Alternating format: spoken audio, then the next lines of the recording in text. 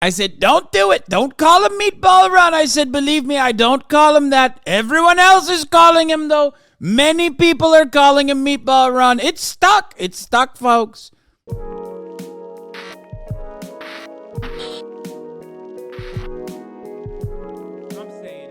Anyway, I'm going to skip the body camera footage. I'm going to get to Donald Trump. Mr. President, thank you for having us. Thank you. Last week, you were in New York for this arraignment. The world watched it. You've not given an interview since. You were there, I think, 57 minutes. Tell us from your perspective what that was like. Well, it was a horrible thing because I did nothing wrong. Absolutely nothing wrong. You look at even the pundits and the legal analysis, Greg Jarrett, all of these really talented people, they're saying he didn't do anything wrong.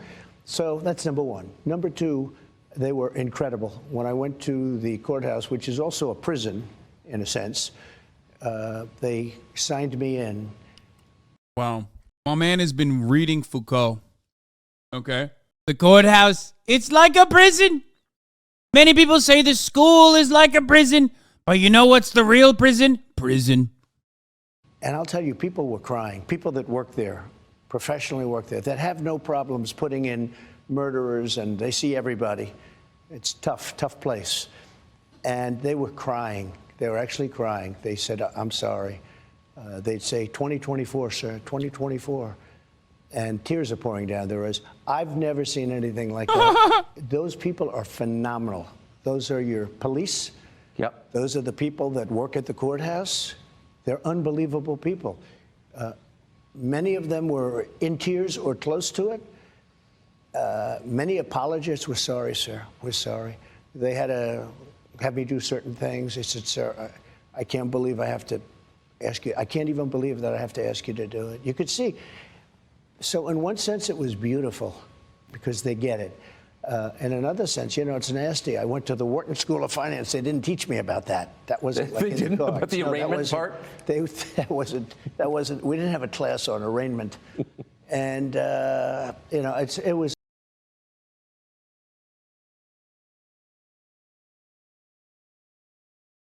He's so back. Ron DeSantis doesn't have like a fucking fraction, an ounce of the charisma that he demonstrates in this interview. Okay?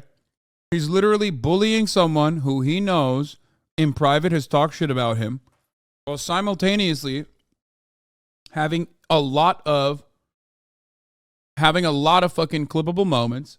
He's back. I wonder if Trump knows Tucker shit talked him. Are you kidding me, dude? Come on, come on. Of course he knows, dude. He's the most narcissistic, thin-skinned motherfucker on the planet. Of course he knows. It was a sad day in many ways, and in many ways it was a beautiful day because the people understand. I didn't know this was happening. I'm about to get a platform ban for showing you cuckold porn, okay? This is literally Big Blonde Bull fucks the cuckold on camera, okay? This is like Tucker Carlson. You know what? Remember when I said, I wonder what could be more humiliating for Sneeko now that he got like eviscerated by Charlie on the timeline? This is it. If Sneeko somehow successfully launched a right-wing grift for himself, got to like an incredibly prominent position, became one of the most powerful pundits in the country, okay, and then got cucked on national television like this, I would say that would probably be the only rope that he could shoot that's even fucking going to be more embarrassing, more humiliating than the one that Moist Critical gave him. But the poll numbers have gone through the roof. The people get it. And the other ones are hoaxes also. You know, the box hoax. Look at Biden. He's got 1,850 boxes. And, you know, that's a hoax. And then the one in Atlanta where I had a perfect phone call. This is all weaponization. They're weaponizing our justice system, Tucker. And they think if they go and give you a subpoena, you know, I guess I'm very well known and people understand it and they get it. And maybe I have a bigger platform so I can explain it. But if you're somebody, a Republican, let's say, running for office and you get a subpoena, you might as well resign because you're not going to be able to survive it. And the voters aren't going to handle it. The voters aren't going to take it. What they're doing is weaponizing the system, and there's never been anything like it. And it's all disinformation. You see, the other day, Afghanistan, one of the worst things I've ever seen, I think the most embarrassing moment that this country's ever had, frankly. The way we got out, not the getting out, we had to get out. It was ridiculous to be there. And I had that so good, so tight, so tough. I spoke to the leader, Abdul. I said, Abdul, if you do anything, you're going to get hit really hard. Literally, he said, but sir, why? Why? He goes, why, oh, why do you send me a picture of my house? I said, you'll have to figure that one out, Abdul. But we didn't have one death in 18 months. He knew, not one death. And then to see the way we got out, like we were surrendering, like taking the military out first, leaving $85 billion worth of equipment behind, giving up Bagram. I was going to keep Bagram. I was getting out, but not for Afghanistan. It's 1 hour away from where China makes its nuclear weapons. It's one of the biggest Air Force bases in the world, I think the biggest, with runways that go 10,000 feet. I was keeping that because of China, not because of Afghanistan. Right. And they left everything. They left in the dark of night. They left the lights on. They left the dogs, by the way. You know, the people say about the dogs. They left the dogs. Everyone, you know, the dog lovers, and you got a lot of them. I love dogs. You love dogs. But they left the dogs. People said, what? One of the first questions I got, what did they do with the dogs? Mostly German Shepherds. They left them. What they did, the way they got out, was so horrible. Okay, everybody knows that was their plan. That had nothing to do with me. I was getting out, too. We would have gotten out with strength and dignity. And what happened? They got out. And the other day I hear, yeah. I love the Abdul. I sent him a photo of his house. That's like, I mean, that's another great one. Straight up. I'll admit it. That's a great one. Like, he's just saying he, like, threatened. He's saying he fucking threatened the fucking leader of the Taliban. Shepherds. People said, what lovers? And you got a lot of them. I love dogs. You love dogs. But they left the dogs. People said, what? One of the first questions I got, what did they do with the dogs? Mostly German Shepherds. They left them. What they did, the way they got out, was so horrible. Okay, everybody knows that was their plan. That had nothing to do with me. I was getting out, too. We would have gotten out with strength and dignity. And what happened? They got out. And the other day I hear, yeah, it was Trump's fault. Oh, that's right. It was Trump. I was gone for a long time. I would have been out faster than them. We would have had all the equipment. We would have had the American citizens. We left hostages. We left Americans behind. Many, I think many more than you think. And we had 13 soldiers killed. And nobody ever mentions the fact that we had many maimed so badly. No arms, no legs. Their face was obliterated. This is the way this guy got out. We would have gotten out with dignity and strength. We were going to. But I was taking 100% of, I said, I want every nail. I want every screw. I want the tents. They said, sir, the tents are very hard to take out. I said, I want the tents. I want the tanks. I want the planes. I want everything. And a couple of them fought me on it. Like, I said, I don't care. I want the tents. That's so awesome. He said, sir, I think it's cheaper to leave the equipment behind. I said, let me ask you, we have a plane that cost $100 million. It's sitting there. All it needs is a tank of gas, right? Give me a little jet fuel. We'll fly it to Pakistan or any place else, or we'll fly it directly home. You say it's cheaper to leave a $100 million plane. Sir, I think overall it's cheaper. These are idiots we're dealing with. They left $85 billion worth of equipment. They left our American citizens behind. And they moved the military out first. No, you move the military out last. I did a little skit with a 5-year-old kid. I said, let me ask you, here's the situation. I explained the situation. I said, would you take the military out first, or would you take it out last? I take it out last, 5-year-old. But they took the military out first, and they were afraid of our military. When I was there, they were afraid. We didn't have one soldier killed in 18 months, Tucker. Not one soldier was killed in 18 months. And then we got out like we surrendered. I think it was the single most embarrassing day in the history of our country. It was totally their fault. They didn't go by anything because, you know, we had a system of getting out. But if the Taliban, in particular, the Taliban, because that's where the action was, right? When I called Abdul, the press went crazy. The fake news went crazy. Why did he call an enemy? I said, well, it's Jesse James. I used to ask him, why did he rob banks? He said, that's where the money is. Why did I call the head of the Taliban? Because that's where the killing was. And he's there now, Abdul. I'm sure he likes me. He called me Your Excellency. I don't know if he calls Biden Your Excellency. fuck? Bro, only Trump can get away with saying that the leader of the fucking Taliban loves me. And then everyone will look at that and go, oh, hell yeah, brother. Like, I love that. You're so right. That's a good thing. I love that. The Taliban, they love me. I serve him top of the hour ad breaks. Everybody says, please, sir. I'm subscribed. No worries, believe me. At the top of the hour, there's a 3-minute ad break. If you no longer want to see those ads, all you need to do is subscribe. For $5 or for free, I say. The Taliban says, sir, I'm already subscribed, but I'll gift some subscriptions so that others can avoid the ad breaks as well. Here's the 3-minute ad break now, believe me. Probably, I mean, you know, they're one of the largest arms dealers now in the world. They're selling the $85 billion worth of it because they only need 5% of it. Of course. They're selling the equipment. They're one of the largest, I think, second arms dealers. Brand new helicopters, brand new airplanes, brand new tanks. The funniest part, first of all, that's not true, but no, he's not wrong. They are a pretty fucking, no, they're a pretty massive arms dealer now. Or not an arms dealer, but like they do have a lot of fucking weapons and they do have a lot of like used Humvees and shit like that. I think they have like a pretty massive, pretty sizable fleet now.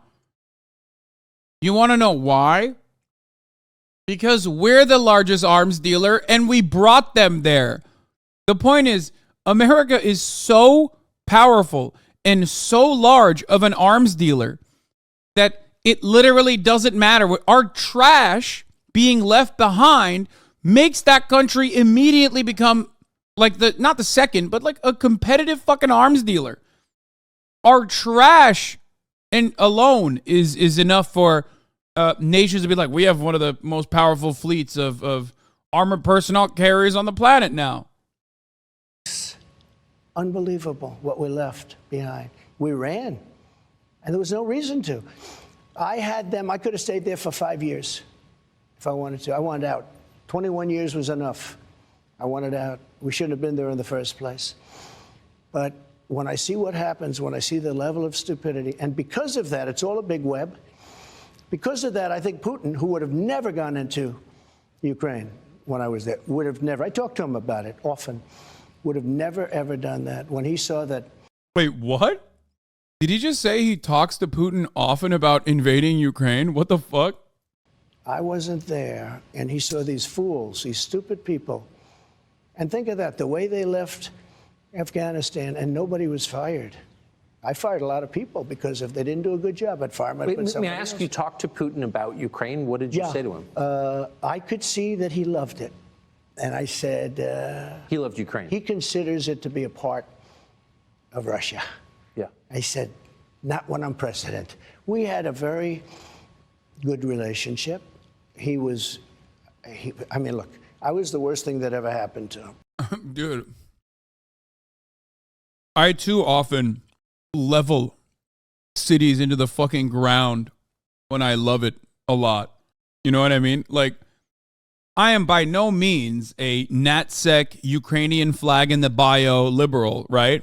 As you all know, I am funded by Vladimir Putin himself directly. I am his most loyal soldier.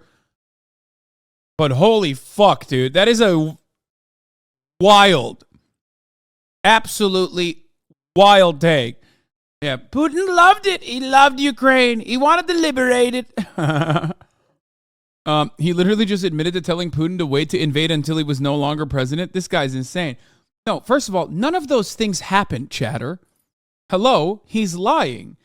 It's just funny that he's lying in that direction, which you're right. That is the implication of what he's basically saying, which is weird because, like, he's lying. He could have said anything, but he chose to say that. That's what you need to remember. Like, that... It's like very odd. If you're going to lie, just lie about anything else. He's just like, no, Putin, he said he loved Ukraine. I told him, don't invade yet. No, no, no. Believe me, I will stop you. I closed up his pipeline. You never heard the words Nord Stream 2 until I came along. Nord Stream 2 is their pipeline. And I had a great relationship with him. But it was very tough because they had a fake Russia investigation. And I told him, and he told me. This part is true. He did stop Nord Stream 2. He said, it's very hard for us to deal, don't you think? I said, very hard, because we have a fake investigation that turned out to be a fake. For 2 years it went on. And we could have done very well with Russia. They have great minerals. They have great things that we want, we could have, and they need the money and they need other things.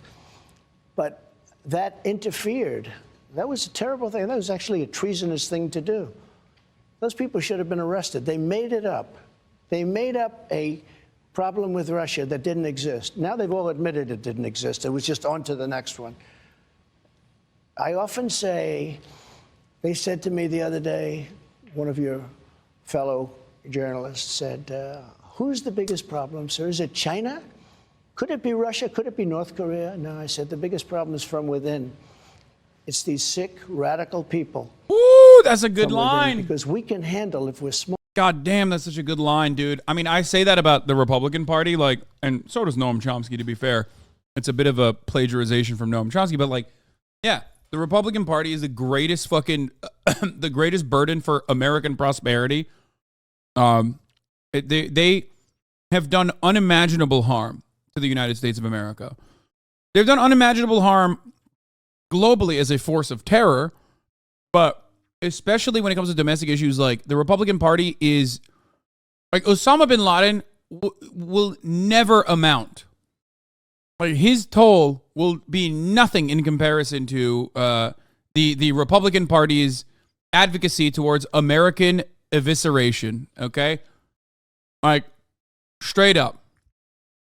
But couldn't you almost say the same thing about DNC? Yes, I can, and I will. The fuck are you saying? Osama bin Laden did 9/11. Let's not even talk about who funded him, who backed him originally, what those motivations were, who allowed him to fucking operate in the region for as long as he did. Let's forget all of that, right? Okay? What we did after 9/11 was more damaging to American existence. If the American government literally said, you know what, we're not going to do shit, okay? You know, the past is in the past. Who gives a fuck? Obviously, that would be insane. I'm not even advocating for that. But if they had said that instead of do a $6, $7, $8 trillion war on terror that only made the world less safe as a consequence of the destabilization in the Middle East, while actively fighting the very same people that we had armed, that we still arm to this fucking day, the world globally would be a better place. Literally, America would be a better place. America would be a more safe place. Why forget about such things? Are you scared? What? Did you just not hear? Do you not have the mental fortitude to understand the argument that I'm making? What America did to Americans and to the rest of the world after 9/11 was worse than 9/11. This is a sentiment that I stand by. I have literally written articles on this. You can Google it if you want. Huffington Post. Hassan Piker. 9/11 was bad. What America did afterwards was worse. That was like fucking back in 2016, 2017 when I said that. If you think I'm scared, I don't know what to tell you. I've said way worse things about 9/11. Okay? Yeah. There you go. Never forget, 9/11 was awful. What we did after was worse. Just remember that we were supporting pedophile warlords in Afghanistan that were doing worse shit than the Taliban. They were the only people in the country who could collaborate for money, and they were so unpopular that they collapsed as soon as we left. You are right. People were running to the Taliban to get away from the horrors of Western-backed forces, 100%. Ironic, because those pedophile warlords and the Chaiwalas that they were literally fucking would turn around and then still kill American soldiers. America was getting buddy fucked by the dudes that they were the only dudes that they could collaborate with. So, like, it was just a gigantic... Wait, you published this on 9/11? I did. In 2017, on 9/11, I published this. This is back before the pussification of the United States of America and the American political sphere. Okay? I stand by that. I stand by this sentiment. It is 100% correct. That was the OG 9/11 take that I had. Your 20th anniversary 9/11 stream was one of the best pieces of content related to 9/11 ever created. Yeah. Did you say chaiwala? I did. Chai boys.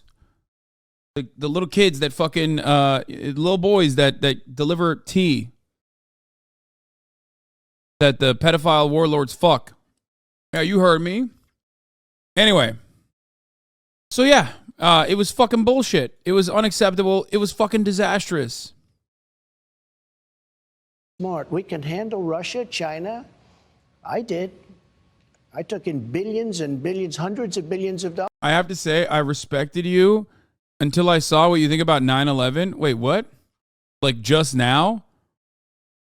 Just now you saw what I think about 9/11? Go read that article. Come back to me and tell me if you think that there's any notes on it. Because I'm talking about post 9/11 universe in a selfish American perspective here, okay? I have a lot worse things to say. But this argument literally just pertains to American citizens and how America was eviscerated by post 9/11 legislation.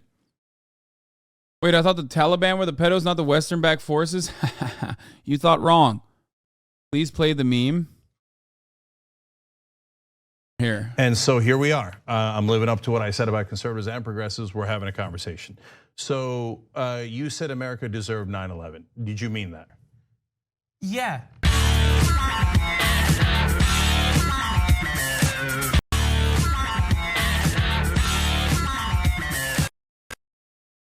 God, I love that video so much. It's a banger. Yeah, that's a banger. I want to hear what this fucking guy has to say. He's probably just regular trolling though. Anyway. Dollars from China. No other president took in anything, and they respected me. He's the same thing, you know. I told him, you can't go into Taiwan. You can't do it. I won't tell you exactly what I said, but it was something that probably a lot of people wouldn't like if they heard it, but it was very tough. Don't go into Taiwan. If you do, we're going to have problems. Other than that, we're going to be great relationship. We're going to have a great relationship. And he said to me when I said we're going to do something, if he goes in, no, you wouldn't do it. I'll do that. I swear I'll do that. And he didn't believe me, but he believed me 10%. The same thing with Putin. I said I was going to do something really nasty if he goes into Ukraine. He said, no, you're not going to do that. I said, I will. And he didn't believe me either, but he believed me 10%. And the 10%, you never heard talk about going into Ukraine. You never heard talk about going into Taiwan until I was no longer there. Now, what a mess the world is in. What a mess.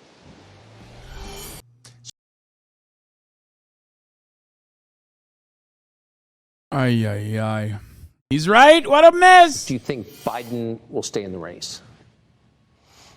Look, I watch him just like you do. And I think it's almost inappropriate for me to say it.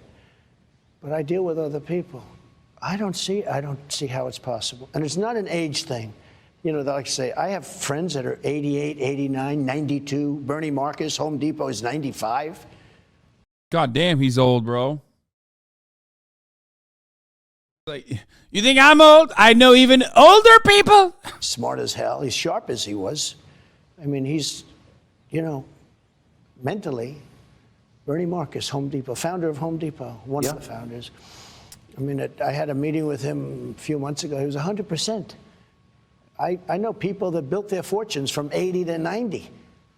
They were always struggling, and they made a fortune from 80 to 90. A couple of people in particular. It's amazing. He's not too old. You know, his age. I think they do the age thing because I'm 4 or 5 years behind. They say this is a way of getting Trump. Let's go him up. But there's something wrong. I saw his answer today on television about whether or not he was going to run to a very nice guy named Al Roker. I mean, you can't get a softer question than that. That was a long answer, talking about the eggs and the this and that. Look, I don't think he can. But say what you want. They didn't expect him to get it. Yeah. You know, people could say he won an election. You know, it always goes, I got the most votes of any person, any sitting president in history. We still don't know what the fucking nose drip comes from, right? Is it the Sudafed? Like we still don't fully understand where the fucking nose thing's coming from, right? Because like the Zaza, they're saying, believe me, I'm the real Zaza Smoker. I got 15 million less I couldn't lose. They're surrounded by vicious, smart people, radical left people, but they're very smart and they're very vicious. It's not him. It's not him. He's now in Ireland. He's not going to have a news conference. When the world is exploding, I own property in Ireland. I'm not going to Ireland. The world is exploding around us. You could end up in a third world war, and this guy's going to be in Ireland and not having a news conference. He hasn't had a news conference, I guess, in months. I saw today where he hasn't. It's been. Well, he can't. So if he doesn't run, if he's taken out by his own party, or who knows what happens, but it doesn't seem like he's capable of running again, who does run? Well, obviously the one that they would talk about would be the vice president, Kamala. That would be the one that they talk about. But I don't think she's performed well on the big stage. I mean, maybe I'm wrong. But there are a certain group of people that will go crazy if it's not her. They're going to be very angry if it's not her. That's a problem. You have a very ambitious guy in California, but he's done a terrible job with the state. I used to get along great with him, when I was president. I got along really good, Gavin. Well, you got along with Gavin Newsom? I did. I really did. He was always very nice to me. Gruesome, they're calling him. I said, hey, listen, you and my son, you got similar taste. Kimberly Guilfoyle, what a piece of ass. Said the greatest things. He would say things like he's doing a great job.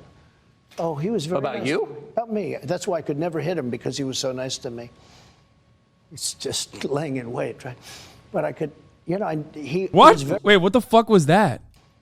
It's just laying in wait, right? What? What just happened? Did you just have a fucking aneurysm? What's happening? Laying in wait.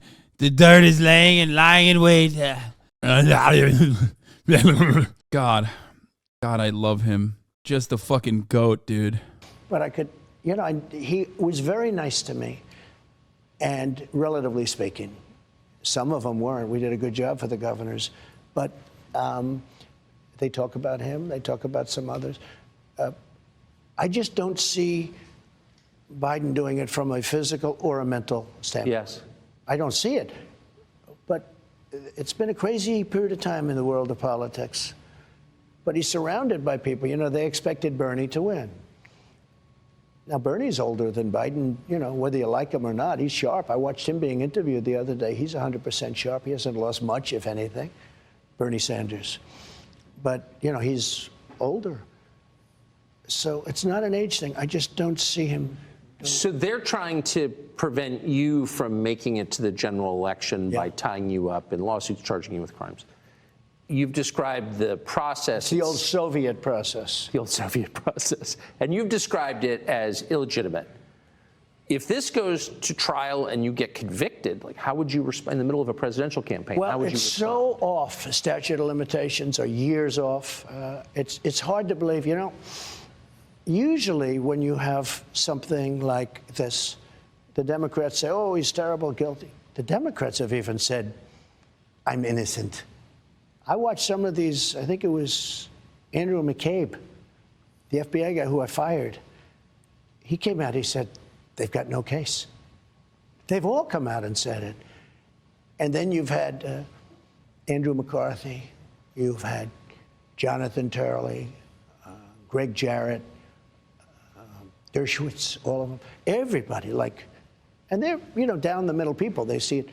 They say, there's no crime. There's no anything. Think of it, Tucker. I've been through 7 years of bull investigations. 7 years. They've looked at, I have a very big company, much bigger than they understand. In fact, when they finally got my taxes, they said, whoa. They took them years to get the taxes. They got them. That was the last you ever heard. You never heard one thing about them. But it took them years to get them, because they shouldn't be looking at my taxes. I was surprised the Supreme Court gave them the right. They shouldn't be looking at people. That's sort of another one of the tenets. You don't do that. But I didn't care that much. I just, on principle, I fought them. And they looked. I built a great company. When you do the things that I do, and you employ thousands and thousands of people over the years, just thousands, we've done a great job. And then I ran for president. People were surprised that I won, but I used to see these rallies, and I'll tell you, the rallies are bigger now. The enthusiasm is more now than I've ever seen. So what do you think, since your poll numbers have risen consistently since they raided this place, Mar-a-Lago? Well, before they raided in August. They were going up substantially before. Well, they but definitely moved after since that. then, they've really been going up. So how do you think that your opponents will respond? I don't know how well. We have two opponents. We have a primary opponent. We have a general election opponent. I mean the Democratic Party using the legal system. Well, what they're doing is they're finding, and think of this, they say 11 million pages, but whatever it is, through all of these Democrats' investigations. I had the Mueller hoax.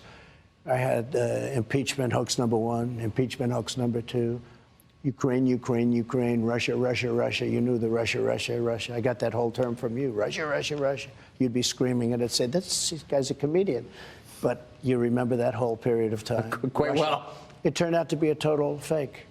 But Oh, I saw this yesterday. When my neuroatypical ass has to campaign in early primary states, it's so good. Why are his hands under the fucking desk, Ron? Huh, Ronnie? Huh, Ronald?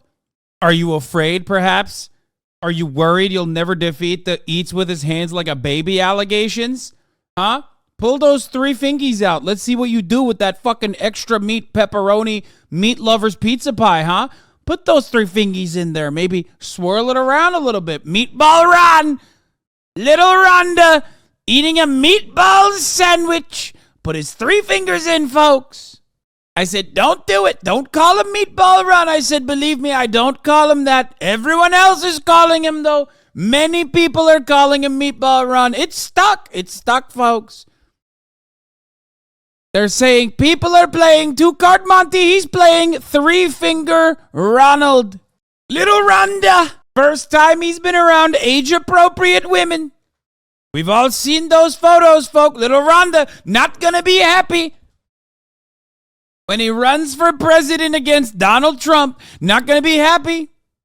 When they say he's around young women all the time, folks, believe me, I'm not saying it. Many people are, though. They know how little Rhonda operates. think of this. I tell this story very seldom, but because it's a sad story. So the Russia... What the fuck are you talking about, Hasan? Why are you so angry that I'm making a joke about how Trump could attack Ron DeSantis by bringing up all the things that Trump has loosely associated Ron DeSantis with? Why is that so frustrating for you?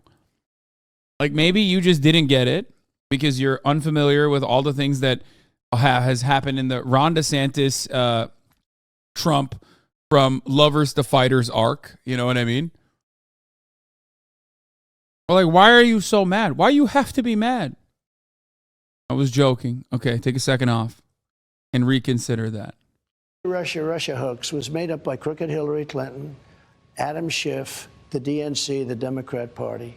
The dossier is a total... Yeah, he ate that 1 second ban. On that. We're suing him a lot because, unfortunately, Bill Barr didn't have the courage to do what he should have done. He was so afraid of being impeached. So I have to do it civilly. I just have to sue people. The Justice Department should have done, because these are criminals. But think of this. So you have all of these millions and millions of pages, and they get you on a non-disclosure agreement? I mean, big numbers, billions and billions of dollars, right? And they get you on a perfect non-disclosure agreement, or they get you on nothing. The non-disclosure agreement was perfect. No one has ever done a non-disclosure agreement that is as perfect. The perfect phone call. It's a perfect non-disclosure agreement. Awesome. He's the GOAT. A friend of mine who's a big business guy said, you have to be the most honest guy in the world, because with all of those numbers that you have and those big numbers, they don't have anything. And you have to see, take a look at the people I just mentioned. Read what they said. There was no crime. In fact, a lot of people saying he indicted somebody. There's no crime. That's illegal to do, what he did. So I don't see it going. I mean, we'll have to see. So, but just to bottom line it, the purpose of this is to keep you out of the presidential race. If I weren't running, or if I had bad poll numbers, let's say. Right. And again, remember, the Democrats are the party of disinformation. If they want you to run, if they want to run against somebody, they're going to go the opposite. For instance, they don't want to run against. And now, I just gave you a poll. I'm 9 points up on Biden. But they're the party of disinformation. So what they say is, oh, we want to run against What kind of crime? We're watching a fucking crime right now. I'm doing the crime. I'm watching a man get fucked and sucked on camera, okay? A very old man. But I don't know what this crime is. We interrupt our regular broadcast. Wait, there is no fucking shot. It's another police cruiser. Using that shoulder.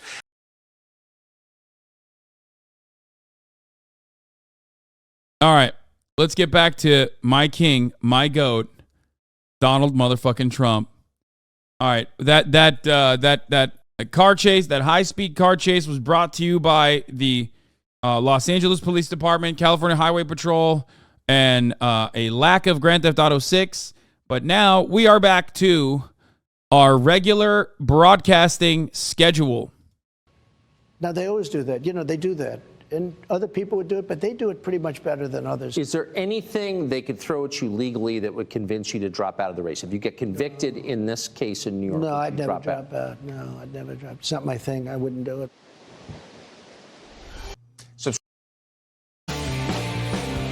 I gotta pee. I'll be back. Covering the weather beat here in windy Palm Beach. Actually, we're here to interview the former president and now the Republican frontrunner, Donald Trump. While the rest of us have spent the last 2.5 years arguing about systemic racism and trans rights and other ephemera, other imaginary things, America's position globally has eroded so fast it defies belief. But Donald Trump has noticed things have really changed since he left office, and that's the topic of this next part of the conversation. Here it is. You said at the time when you were president that going to war with Russia, either hot war or cold war, would drive Russia into an alliance with China. I did. And that would displace us as the most powerful nation. I did. But we have a bigger problem. The bigger problem is the weaponry. The weaponry today is so powerful. This isn't like Second World War where we have army tanks running around shooting each other. This is weapons the likes of which the world has never seen before. They have them and we have them. And China has them less, but within 5 years, China will have equal to us. China, I'm talking about nuclear. China has the beginnings of a very big, very powerful nuclear. They're short 5 years. They had started much later. Russia and us are comparable. Massive power, massive. And that's one of the things. More than people understand, do you More than think? people understand, yeah. Yeah, more. Were you They don't surprised? understand the power. If you look at Hiroshima, as some people call it, if you look at Hiroshima, some people call it. Dude, he's the fucking goat. Let's continue. Nagasaki, you look at those two events took place many, many years ago, and multiply that power times 500. That's what you're talking about. Where it actually melted the granite. You know, granite is unmeltable by blowtorches. Yes. But the granite, if you look at granite areas, it's like water that got, you know, hardened, like an ice skating rink. It melted the granite. If you look at that and multiply it times 500, that's what you're talking about. When I listen to people talk about global warming, that the ocean will rise in the next 300 years by 1/8 of an inch, and they talk about this is our problem. Our big problem is nuclear warming. I mean, nobody even talks about it. The environmentalists talk about all this nonsense in many cases. Look, I'm an environmentalist also, I guess, in my own way, because I've done a good job with the environment. But nobody talks about nuclear. The problem we have, the biggest problem we have in the whole world, it's not global warming. It's nuclear warming. And all it takes is one madman, and you're going to have a problem the likes of which the world has never seen. And it's only a matter of seconds. You don't have to wait 200 to 300 years for it to happen. So what you're saying is demonstrably true. Why is this not something our leaders talk about or the press talks about? Because I don't think they're smart. I don't think they get it. Putin got it. I would talk to him about it all the time. I never mentioned the word nuclear. You never heard me mention the word. You know, my uncle was a professor, a great professor at MIT for a long time. I think he has the longest, Dr. John Trump. And he would talk about a lot of different things, and it was very interesting to me. For years, I talked to him. Passed away. He's a great gentleman. I think it's the longest tenured professor in the history of MIT. But if he wasn't, he was very close, because he was there for almost 40 years. And we talk about things, and he said, you know, someday they'll have a suitcase, and in that suitcase, it'll be nuclear, and you'll blow up New York City out of a suitcase. And I said, no, Uncle John, that can't possibly. He's right. The power is so incredible. You can fire up a submarine and run it for years on essentially a tablet. Run it for years. So when we talk about war, and when I watch all of the people talking about Ukraine and how's Ukraine doing, blah, blah, blah, Russia's sitting back. First of all, Ukraine's being obliterated. Yes. Okay, let's not even talk nuclear. But let's say it wasn't. Let's say they were doing better than anticipated. If he decided to use his second form of destruction, which is nuclear, that's the end of that. You understand? And I know where you are in Ukraine, so I mean, you understand it better than most. Most people don't. Most people don't even talk about it. They don't talk about the fact that he has equal to the United States in nuclear capability and destruction. And so I watch all of this happening, and it's so sad. But can I just ask, though, the Biden people know the power of nuclear weapons. They now control our arsenal. They don't seem worried about this. That's because they don't understand life. They don't understand whatever it is that you have to understand. You know, it's very interesting. At the very beginning, Biden was very afraid of nuclear, because I watched him, and he was, oh, they have nuclear weapons. Oh, which was exactly the wrong signal to send. You don't do that.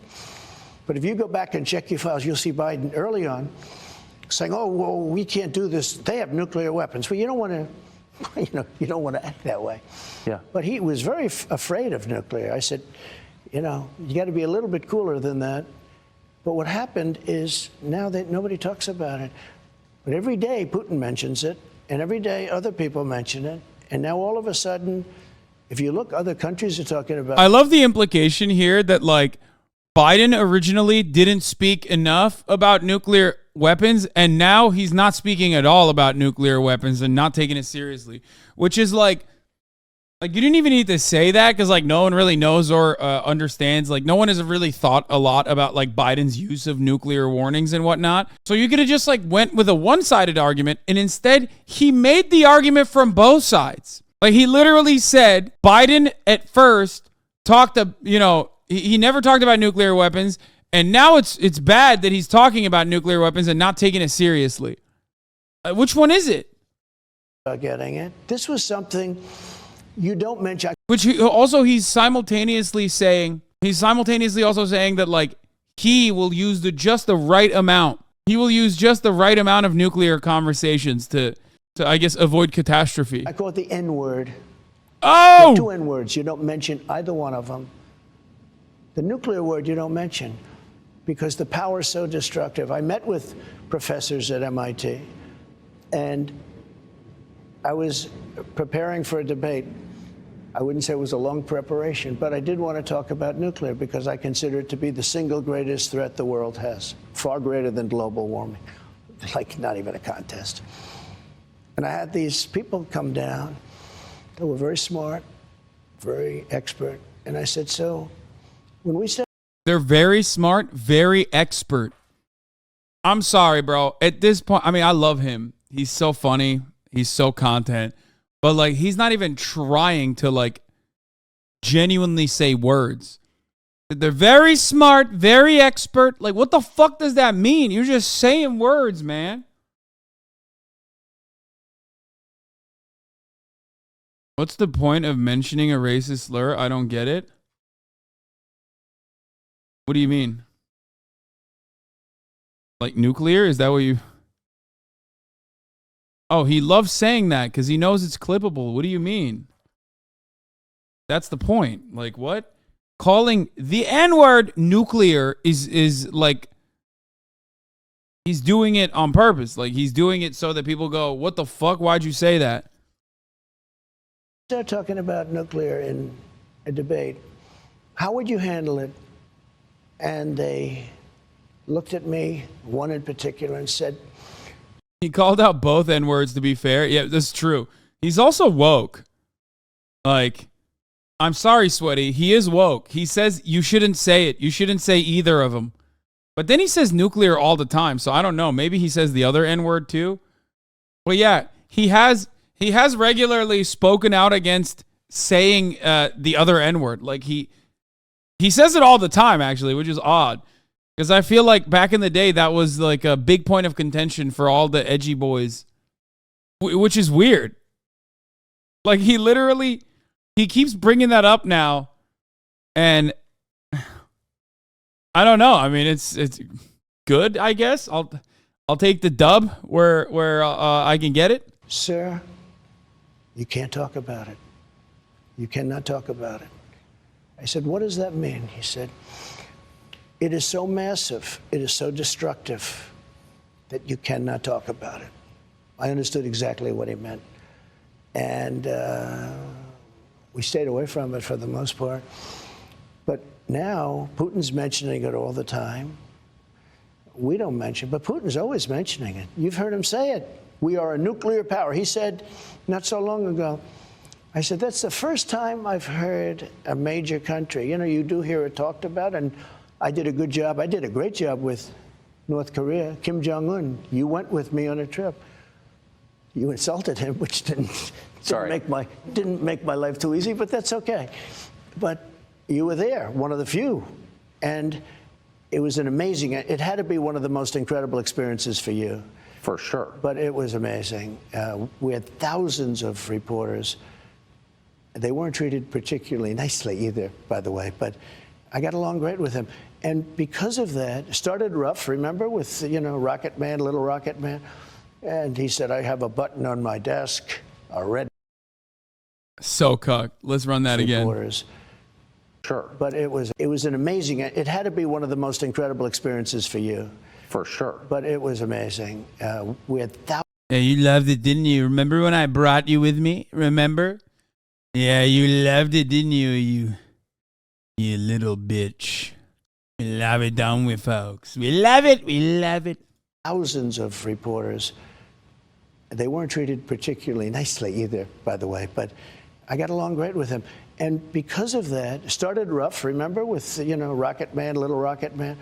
And he said, I have a button on my desk, a red button. I said, I have a red button on my desk, too. Mine's bigger and mine works. Yours doesn't.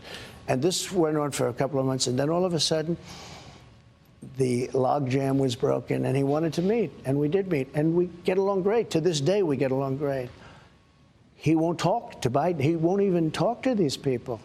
He won't even talk to them. He has no respect for him. He's a man. If he respects you, he'll respect you. He wouldn't talk to Obama. Obama tried to get meetings with him. He wouldn't meet with him. He met with me. I met with him twice. I would have had a deal worked out with him. He's got tremendous nuclear capability. It's the single biggest problem. Maybe this show's more important than even I thought it might be, because somebody's got to understand what has to happen, and they have to de-escalate. So how would you do that now?